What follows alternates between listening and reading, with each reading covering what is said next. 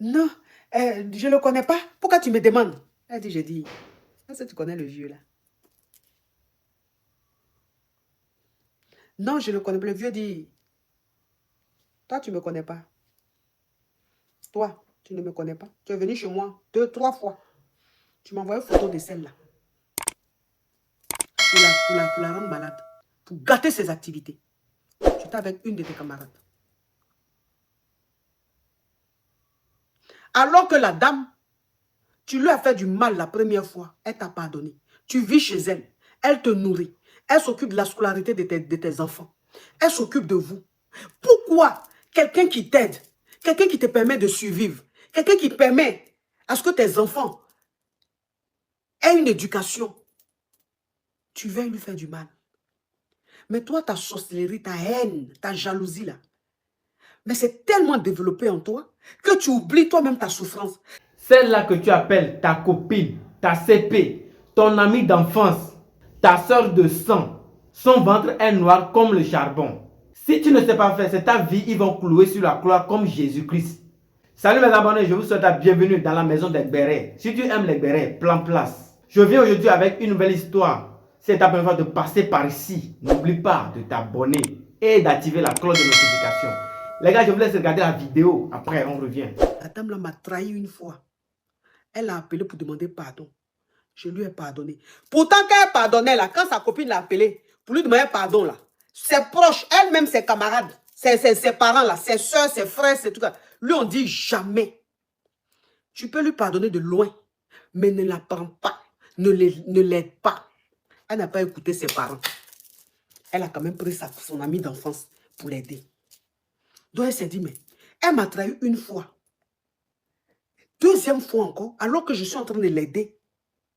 Alors que grâce à moi, c'est des niveaux à l'école.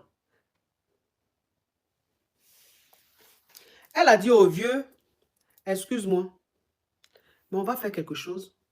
Tu vas venir à la maison. On va faire un plan.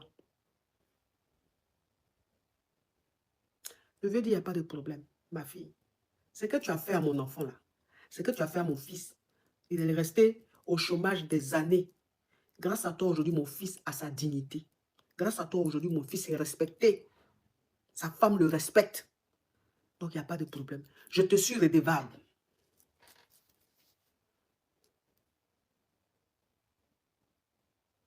Voilà comment elle a élaboré son plan. Elle a dit à sa sorcière là. Malgré qu'elle savait, hein, quand elle est rentrée là, elle n'a pas chassé. Hein. Elle a élaboré son plan. Le matin, elle s'est levée. Elle a fait comme d'habitude. Elle se lave, elle s'habille. Elle va dans ses djabou-djabou. Donc, elle dit au revoir à sa copine. Quand elle n'est pas allée travailler, hein, elle allait chercher le vieux. Elle revient. Quelques heures après, elle revient. Elle sonne. La gougandine vient ouvrir. Puisqu'il n'y a plus de servante, la gougandine a fait partie de la servante. La gougandine vient ouvrir. Quand elle ouvre la porte là, quand elle ouvre la porte comme ça, gain, gain, gain, gain, gain, gain, gain, gain, gain, gain, gain, il dit, elle tombe sur la dame et le marabout en question. Elle tombe sur sa copine, est-ce qu'on peut dire copine? Elle tombe sur la dame et le marabout à côté. Folie, panique. Eh, ah, tu n'es pas allé travailler? Ah, mais lui, c'est qui? Elle était, c'est que panique totale. Elle est rentrée avec le vieux. Elle s'est assise. Elle a fait asseoir le vieux. Elle a appelé sa copine. Elle dit, viens, assieds-toi. Elle s'est assise. Elle dit, tu connais le vieux là? Non, je ne le connais pas. Pourquoi tu me demandes? Elle dit, j'ai dit, est-ce que tu connais le vieux là?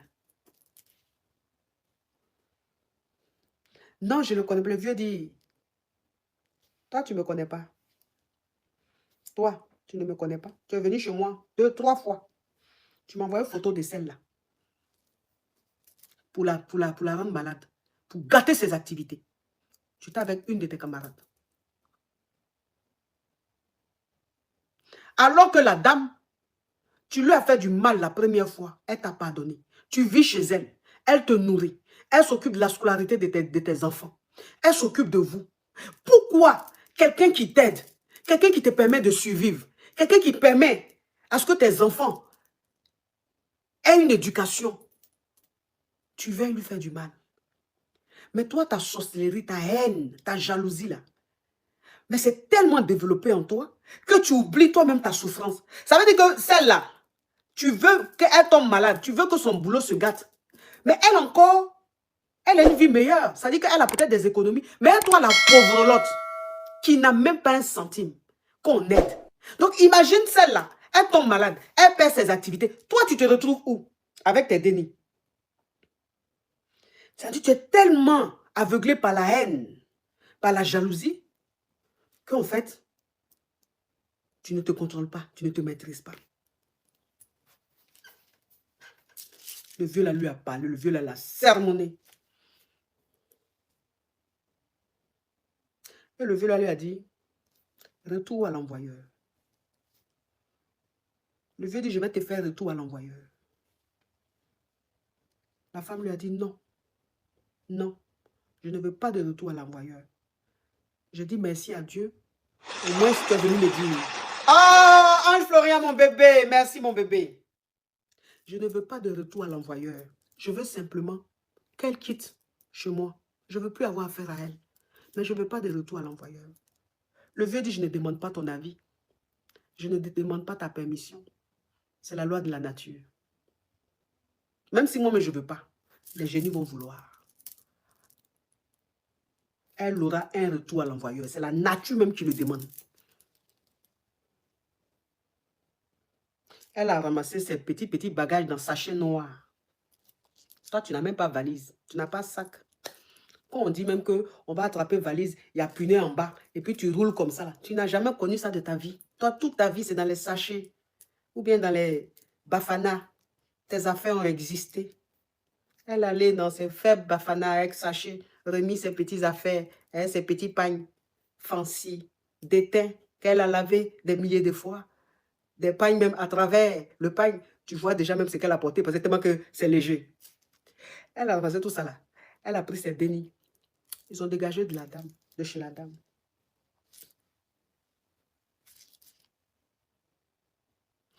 Quelques mois plus tard,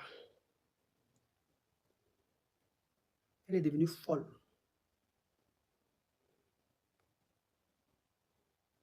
Quelques mois plus tard, la dame est devenue folle.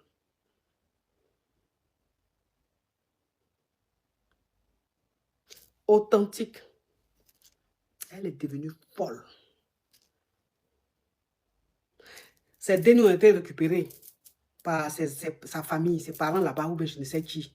En tout cas, ils ont récupéré ses dénis. Elle est devenue folle. Elle était folle dans le quartier où elle est partie. Tu te dis, bon, je suis mariée à un footeur, Ligue 1, je ne manque de rien, mais il y a un petit problème, c'est qu'on ne grée pas. C'est ça, ma chérie? Oui, c'est ça, ma Ok. Donc, c'est quoi ta question? Qu'est-ce que je dois faire principalement? Ok. Donc, ce que tu reproches à ton mari exactement, c'est le fait que vous ne graissez pas régulièrement. Oui, c'est ça. Dans le mois, vous pouvez graisser combien de fois?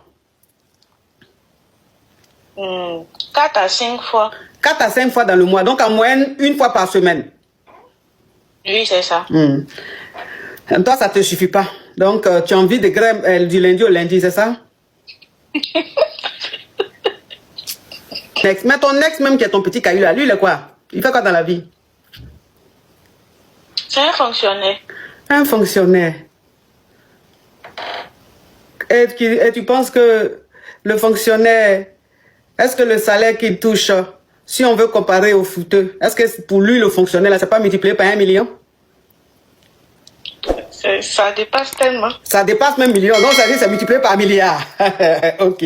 Bon, tu es avec quelqu'un qui tu as tout ce que tu veux. Il n'a pas le temps. C'est pas pour dire qu'il ne t'aiderait pas là. Il fait exprès. Hein.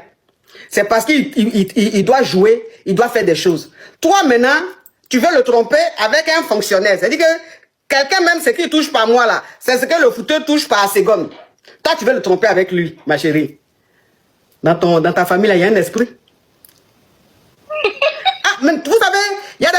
savez, souvent, il y a des familles, il y a des esprits, hein. C'est-à-dire qu'il y a des familles, là, souvent, il y a esprit, hein. Tu vas tomber sur bon type, comment esprit, là, va faire, ça va se gâter. Peut-être que c'est ce que tu as. Parce que moi, je ne peux pas comprendre. Tu es avec un footeur, tu as tout ce que tu veux. Et il te gratte une fois par semaine. Toi, tu dis, ça ne te suffit pas. Tu veux le tromper avec un petit fonctionnaire qui gagne ce que lui gagne. Ce qu'il gagne par mois, c'est que lui gagne par seconde. Ma chérie, toi aussi, tu as quel problème? Tu as quel problème? Faut aller acheter les gogos. Ouais, achète-toi les gogos comme ça. Si le jour que il est en train de s'entraîner au foot là-bas, que tu as envie de grès, tu prends gogo là, tu branches, tu mets en mode vibreur, ça va te vibrer ton clic là-bas. Tu vas bouillir un peu. Au revoir ma petite. Merci ma coach. Vous avez la chance de tomber sur des bons maris. Et il y a l'esprit de poivreté qui a dit que tu vis comme ça, qui se promène autour de vous. Ça, c'est l'esprit de poivreté, ça. Mes abonnés, je vous souhaite un bon dimanche. On se retrouve dans peu de temps pour une nouvelle vidéo. Merci.